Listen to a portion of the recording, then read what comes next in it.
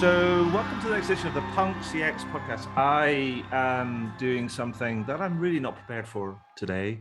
It's something very, very different, but I'm super excited by it. It's been a progress of a piece of work that I've not been alone on over the last number of months. Now, as you all know, I published Punk CX back in 2019, but then 2019, that was pre-pandemic, and a whole bunch of things kind of changed. And I think we've seen sort of the experience space evolve into this kind of almost a multi-dimensional thing, which sounds a bit sci-fi, a bit fantasy, but it's not really. And it's been making me think about experience on a whole different sort of level. And so I've been thinking about doing a follow-up to Punk CX. However, given that it was started like an album and it's inspired by music, I was always, and given the reception that Punk CX got which is very positive, I got a bit nervous about second album syndrome. And I was a bit like, I don't want to kind of like, produce something and everybody goes, yeah, that was, which is rubbish. And so I started really thinking about it. And then I was thinking about it a bit more. And I thought, well, actually, why don't I do something which sort of speaks to different experiences? And so we've got a new book coming out, and it's called Punk XL. And XL stands for experience leadership, because we're talking about experience, but I don't think we're talking enough about what it takes to lead in an experience space and what that means across different dimensions. And in order to build that out, and in order to make that kind of real, I invited a whole bunch of kind of people from around the world to try and contribute it. So borrowing from, say, R&B or hip hop or something. So we have people that have contributed tracks or featuring artists, as it were, in their own right. And I'll introduce them to you in a minute, because they've been my secret squirrel club, as it were, working in secret in the studio, developing this kind of new album of kind of tracks. But because the project is so collaborative in nature, but it was only appropriate that we share some of the value from it. And because of that, all proceeds are going to go to these wonderful people. Only because, one, I really like them, but I think it just feels really appropriate, given what we've gone through, what we're still going through, and what many people will continue to go through for the next kind of few months, next few years, et cetera, and ongoing on. So it's a beautiful cause, and it's a very collaborative kind of effort. Hence, kind of that's why we're going to try. Well, we're going to send all proceeds to Médecins Sans Frontières or Doctors Without Borders. They are a splendid organization. Anyway, I'm going to stop talking now, and I want to introduce you to some people that worked with me on the book, and they're going to tell us, kind of introduce themselves and tell us where they're kind of calling in from. This sounds like a radio show, and tell us a bit about kind of like, why they agreed to get involved in the project. And so I am going to come to SERENA, who's down here on my screen, which is probably up there on yours, but it's down there on my screen. SERENA Riley, welcome. Tell us kind of like a bit about yourself and why on earth did you get involved in this project? Bit of a zany thing to do. It's a bit of a punk thing to do, I think, actually. So SERENA Riley, I hail from Michigan in the United States. Super excited to be a part of this project, Adrian, and I'm so thankful that you put together a book highlighting the leadership aspect of things, because that's an area that I'm super passionate about, just because I think that great leaders are what make great companies and great places to work. And I think that we don't shine enough on the skill sets and the just the attributes of a leader that really make a team work collaboratively, make the entire organization work collaboratively, therefore bringing the best experiences to both the internal and external folks. And so that's really why I'm excited to be a part of this, because I think there's a lot of great voices in this book that are singing a tune that we all need to listen in on. SERENA, so thank you for saying yes and getting stuck in. and for the contribution that you made. And we'll talk about some of that sort of stuff, or people should just buy the book. It's coming out early December. You should just go out and buy it, because all proceeds are to charity, people. So that's a good thing. So I am going to come to Joyce Kim next, who is the CMO of Genesis. And actually, in many ways, Joyce, you're the active leader in this kind of like cabal, because we've got another kind of like group that's going to come up, which is more contributors, that's going to be done at the end of this week. So we're going to have like a 2-part launch. But Joyce, you're an active kind of leader. I mean, like, why did you get involved in kind of, you know, what does this kind of project mean to you as well? Yeah, thanks for having all of us. It's been an amazing ride. As you said, I mean, I think, you know, when you think of what the notion that you're talking about, sort of this whole punk CX and then now punk XL, is just, it's so challenging in the sense that when you read and when you think about it, it's so obvious, but it's so hard to do. And I deal with it every day. And so to really evangelize this notion and to make it better, you know, not only, as Serena said, for the leaders in the company and the employees, but to our customers and those people that they serve. Like, to me, I thought that was a really noble thing, especially now when people are getting more risk averse and they don't want to do new things. So it's a fantastic message, I think. Thank you so much. And I should note that we've had Serena, who's calling from Michigan. The Joyce is in California. San Francisco Bay Area. There you go. Big shout out to the Bay Area. And I'm gonna, we'll come to, actually it's this way on my screen, to Amy, who is in the countryside in England, and to say, Amy, introduce yourself and tell us, why on earth did you get involved? Well, I'm in the Cotswolds, and you can tell from my accent I'm not a native-born Brit. I'm originally from New York and spent time in Australia and now in England, all 3 English-speaking centers in the world. But no, why did I get involved with it? Well, I loved the first book. It was irreverent. It was, you could dip in and out of it. It was passionate, and also I quite like working with you, Adrian, so that was one of the reasons. And also I really feel that, you know, I'm really passionate about making life better for both customers and staff alike, and I strongly believe that you cannot deliver a great customer experience without having a great employee experience, and that all comes down to leadership. You know, it's about leaders actually walking the talk and really listening to what staff and have to say and making it better for them, and trusting your staff to do the right thing for both the customer and for the business. You know, I once had a boss who said to me, what I do is I hire the very best people I can, and then I get out of their way and trust them to do the job I employed them to do. And that always resonated and stuck with me. And it's also about people acting with authenticity and humanity. And, you know, there's a Yiddish word for it called being a mensch. Yeah. And being a mensch means that you act with integrity and honor. And I think leadership could learn something from that. And also, I'm a huge fan of punk. Yeah. And it was my era, which is showing my age. And I thought it was a good way to try and combine my 2 passions, really. Awesome. Thank you, Amy. And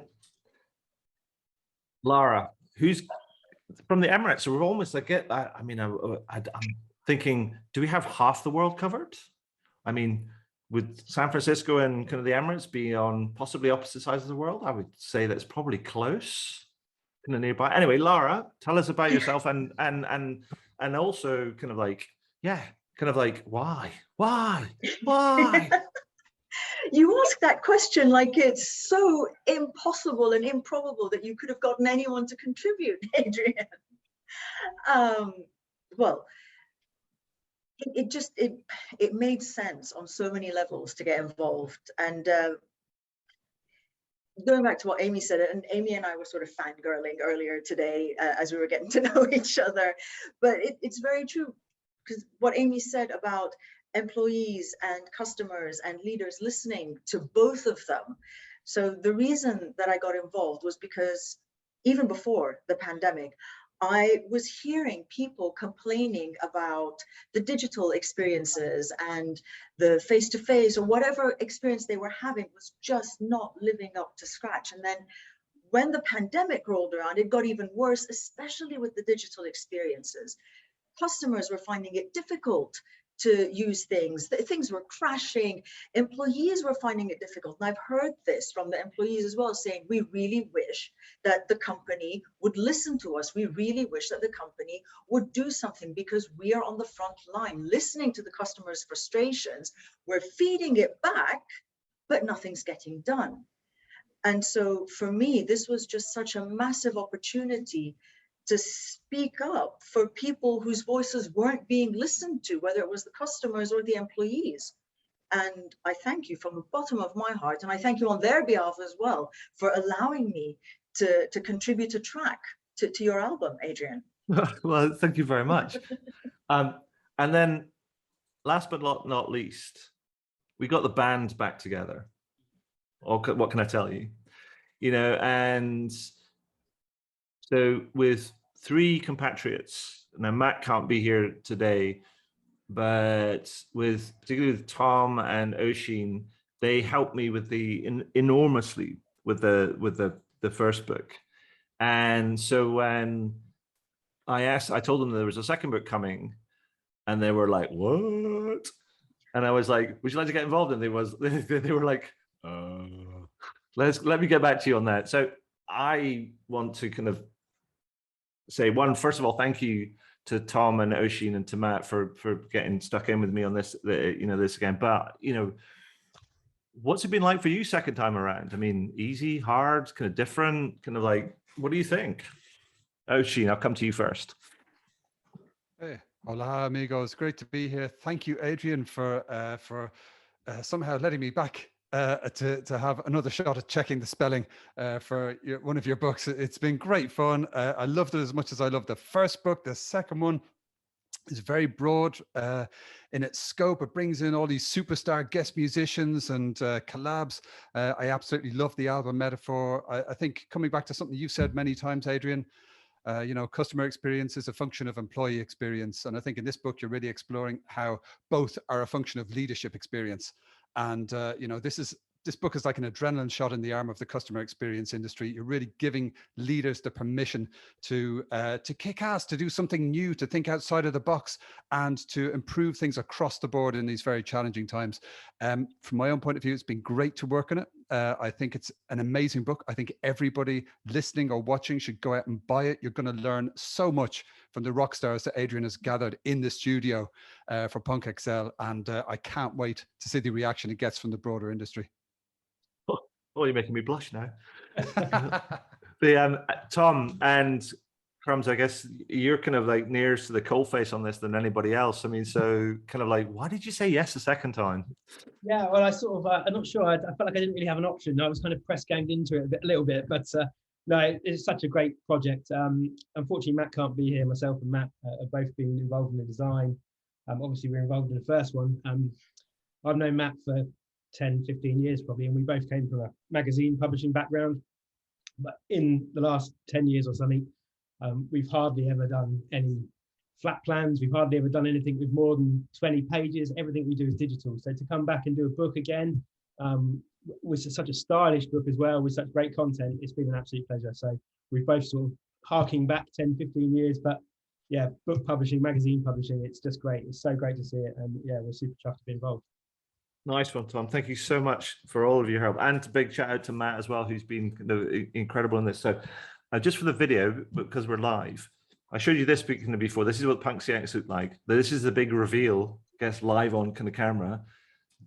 This is kind of what Punk XL is going to look like.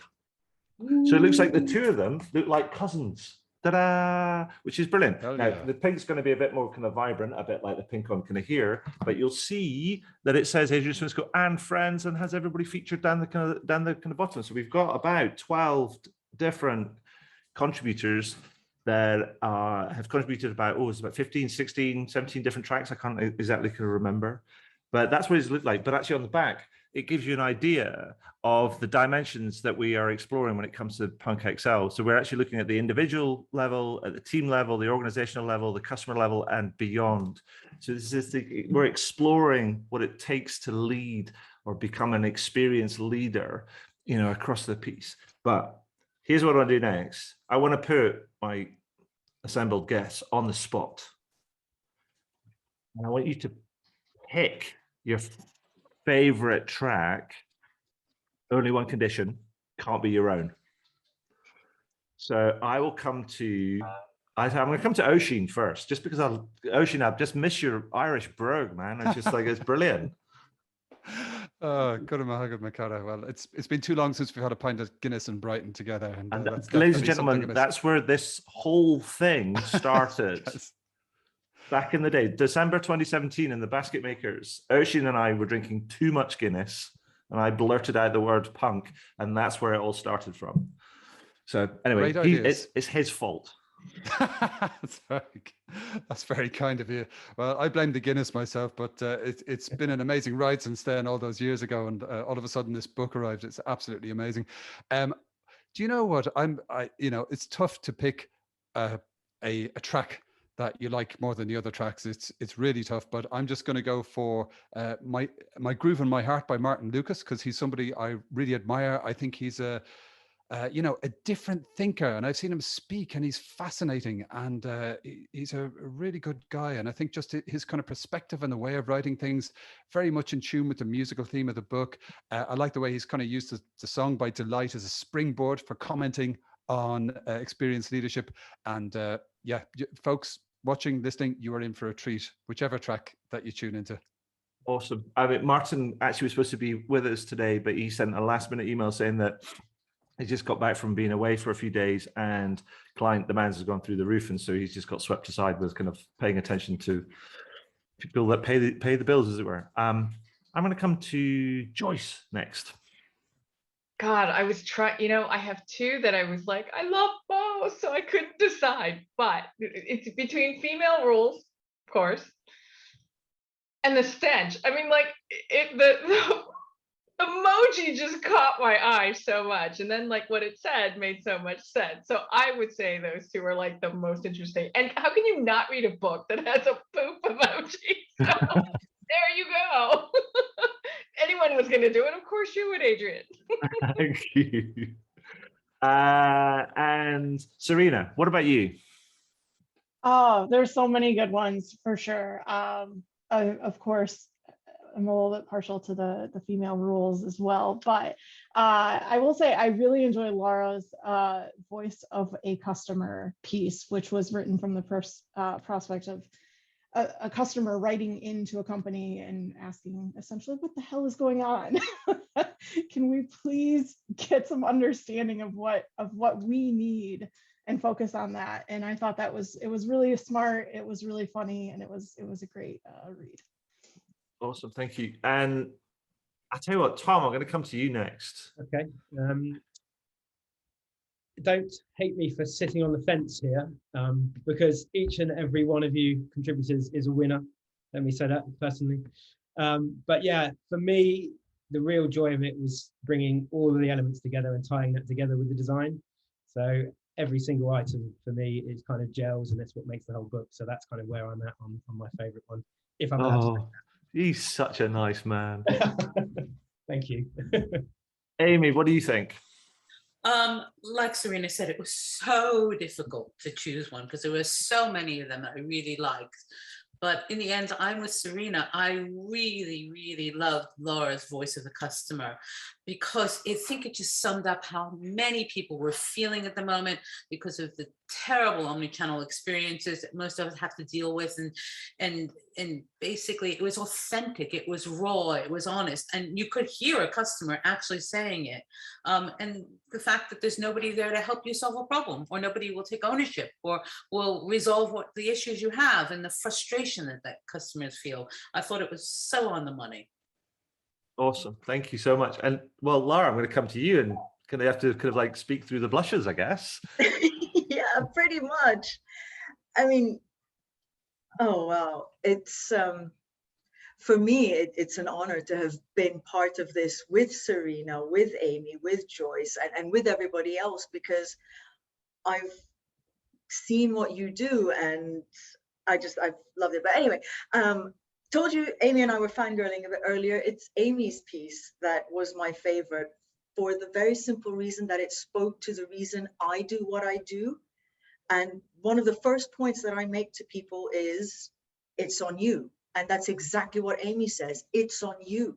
And leadership is about being accountable and taking responsibility. You cannot, as a leader, look at someone else to blame.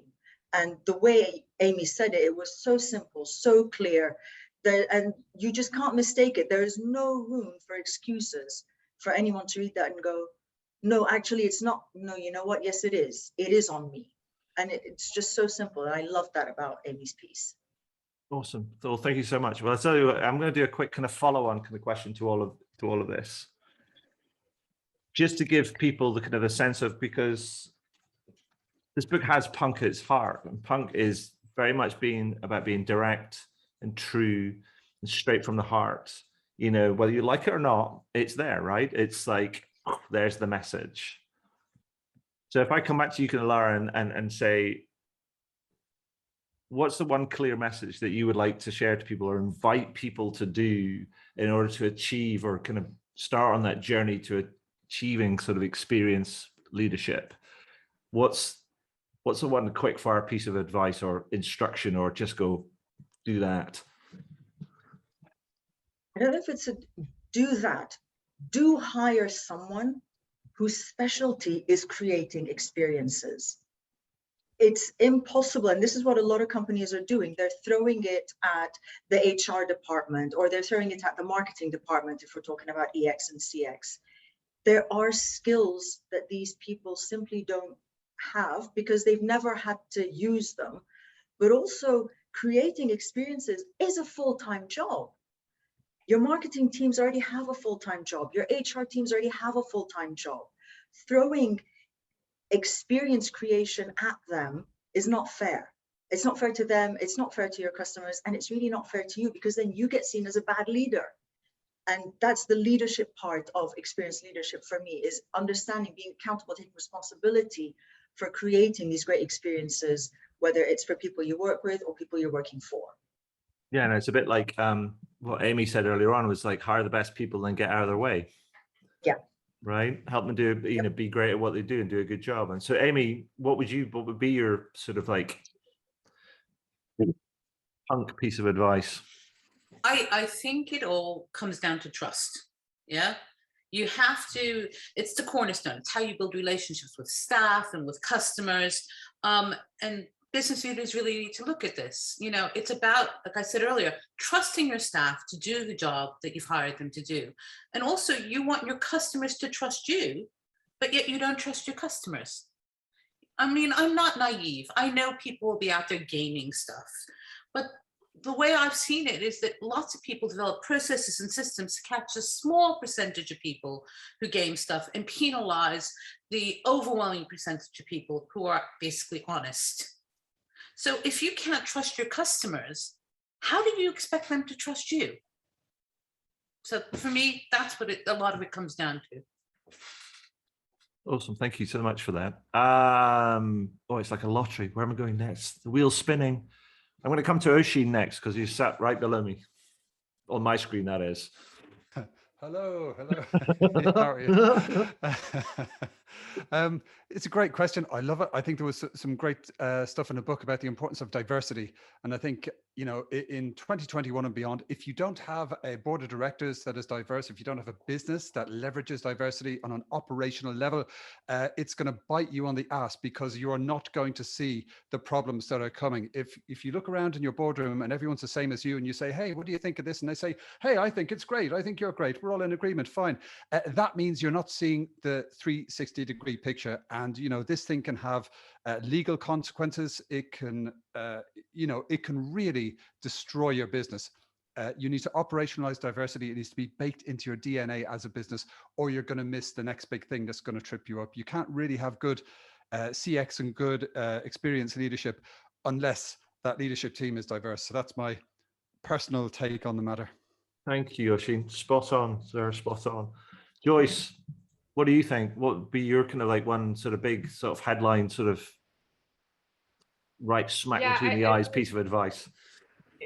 You know, if you read every single thing, I think the thing that, like, I had to remind myself to really listen to what the message was, right? And there's so many stories that you're going to resonate to, and then you sit there and say, take a step back, just what am I hearing? And then, how do I express that? And so I was thinking about, from a leadership standpoint, like everybody is so caught up in what I'm going to say next that you don't really listen, right? You're just practicing in your head, like, how do I respond to this? Or what am I going to say to that?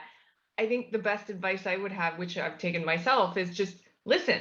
Like, don't think about that. Just listen and hear people, because, and exactly as Amy said, like, hear your customers, hear your colleagues, hear your leaders, hear your employees. And I think we're all going to learn a lot. So that's what I would say. Awesome. Thank you. Serena, anything to add?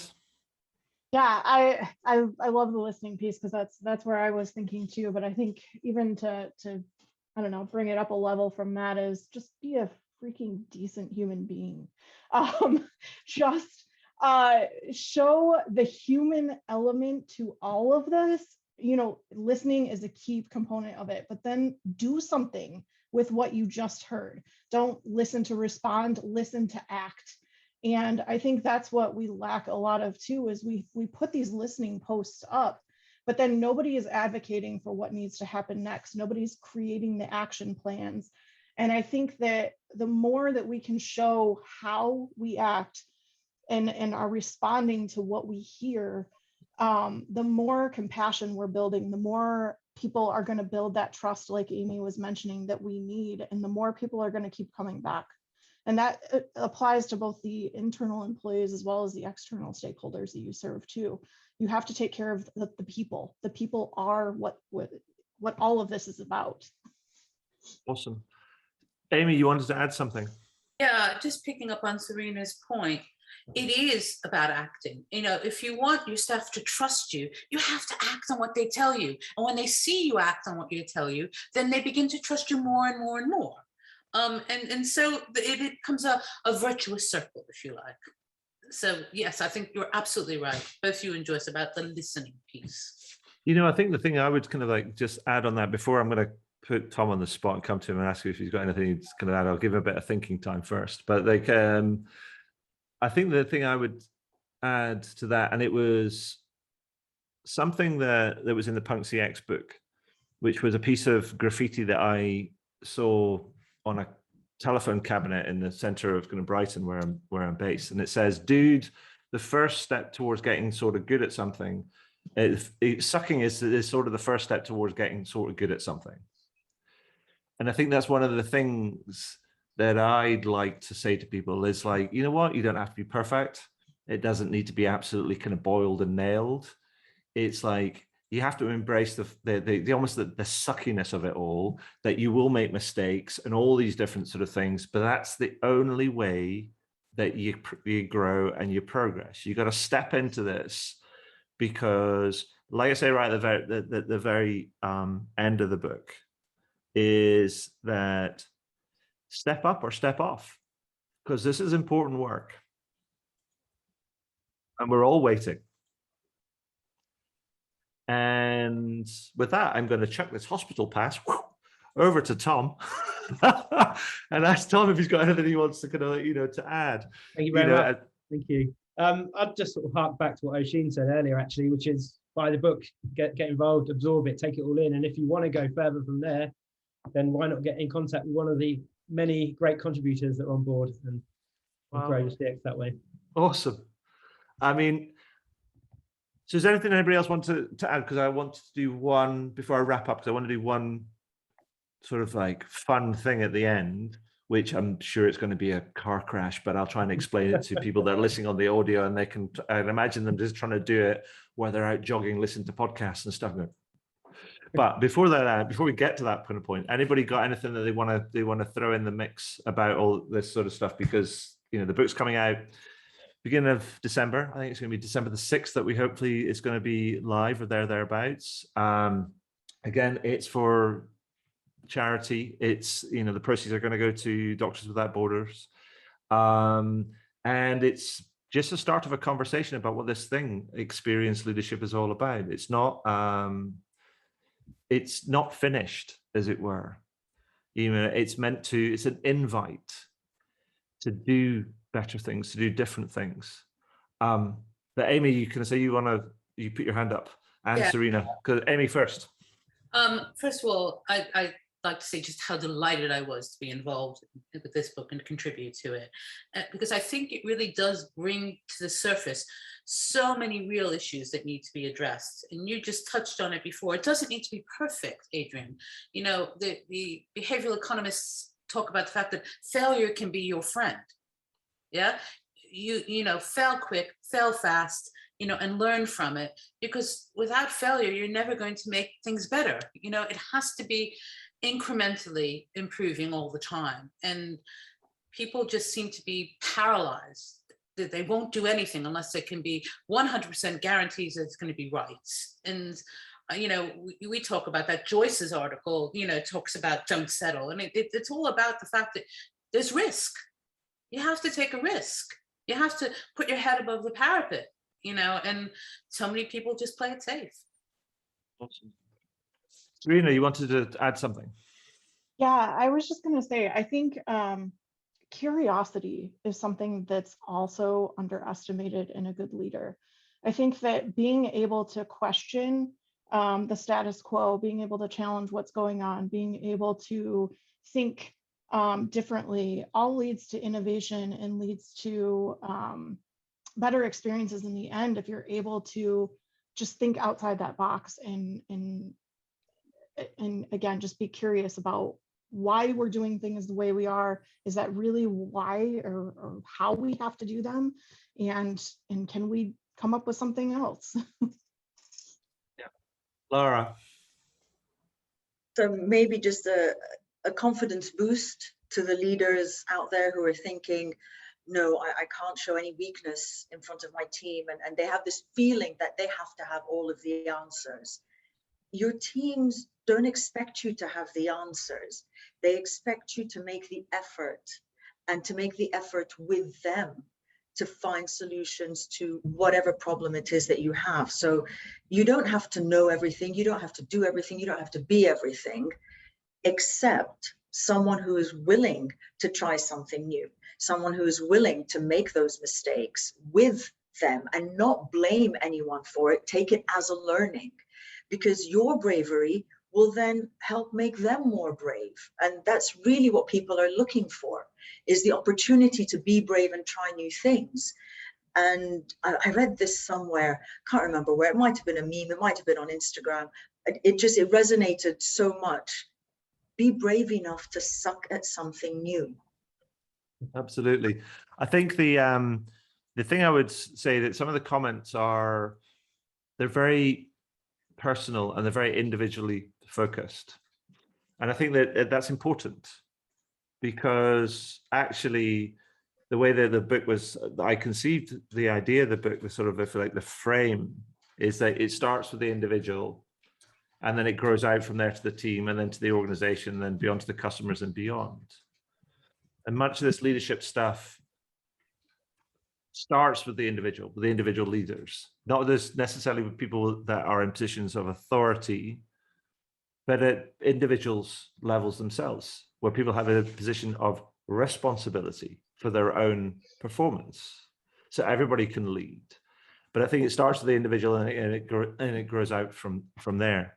So I think I'm excited by it. I'm excited by the fact that it's just an exploration of, well, it was the start of a conversation about what does it mean to lead. Excuse me.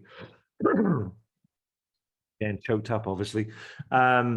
About what it means. What does this XL, experience leadership thing kind of means? And just so if it's start of a conversation and we start to kind of like actually actively lean into it, and that we don't necessarily get caught up in this idea it's like CX or it's EX or it's this other X or whatever, and then it becomes another sort of function, another separate domain, another kind of silo. But actually we've kind of gone, we talk about market leadership, we talk about brand leadership, we talk about technological leadership.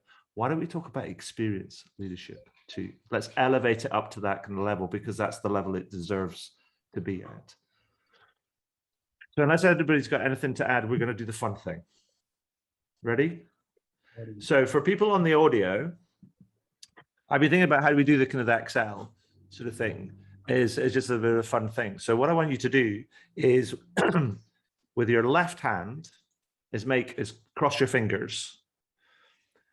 And then with your right hand, make like a loser sign. Now, it all depends on where you are on your screen, because that actually looks okay on my kind of like screen, but I'm not sure if this, am I the wrong way around or I should be that way? So you've got to figure out kind of whether you're XL on my screen, that's XL, but it's like, anyway, there's an X and there's an L. You figure out which way kind of like you are. You're either in the mirror, kind of like, or you're kind of showing it to somebody, but that's going to be our sign. It's going to be like a gang, right? Do you want to be in our gang? Be in our XL gang. There you go. That's our sign. And Hannah over there is going, oh my God, how old are you? 4? And I'm like going, well, no. But anyway, I just wanted to say that's all for now. I mean, people listening on the audio are going, that's a bit random, but that's fine. It's a bit of a fun thing that you watch the video. It's rubbish, but it's kind of fun to see anyway. But I just want to say thank you all, Amy, Lara, Joyce, Oisin, Tom, and Serena. Thank you to everybody for your participation, your collaboration, your faith in the project. This is the thing that we've produced, my friends. It's for charity. It's for a good cause. Go out and buy it. He says, drop in the book, which should be a mic. But that's all that I have kind of time for today. But I just want to say thanks very much for your time and your attention today. That's been super cool. Thank you. Thank you, Adrian. It's been a pleasure, Adrian. Thank you, everyone. Thank you. Nice to meet everyone. Thanks.